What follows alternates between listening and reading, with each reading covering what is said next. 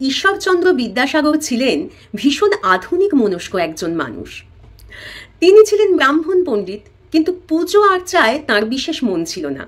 দেবতার থেকে তিনি অনেক বড় করে দেখতেন মানুষকে। তবু এহেন মানুষের প্রতি আকৃষ্ট হলেন সম্পূর্ণ ভিন্ন ধর্মী একজন মানুষ, শ্রী শ্রী রামকৃষ্ণ পরমহংসদেব। তিনি বিদ্যাসাগর মশাইয়ের সঙ্গে দেখা করার জন্য এতটাই উৎসাহী ছিলেন যে একদিন নিজেই চলে এলেন বিদ্যাসাগর মশাইয়ের বাড়িতে।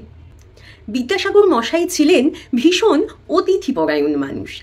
রামকৃষ্ণদেবকে দেখে তিনি ভীষণ আনন্দিত হয়ে উঠলেন, নানা রকম আয়োজন করতে থাকলেন যাতে তার কোনো ত্রুটি না হয়।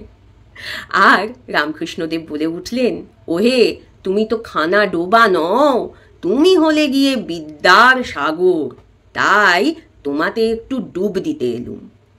ঈশ্বরচন্দ্র বিদ্যাসাগর মশাইও কম রসিক মানুষ ছিলেন না। তিনি রামকৃষ্ণদেবের এই কথা শুনে মুচকি হেসে বললেন, ডুব যখন দিতেই এসেছেন তখন না হয় সাগরের একটু নোনা জলও খেয়ে যান। এই কথা শুনে হো হো করে হেসে উঠলেন দুই মানুষই।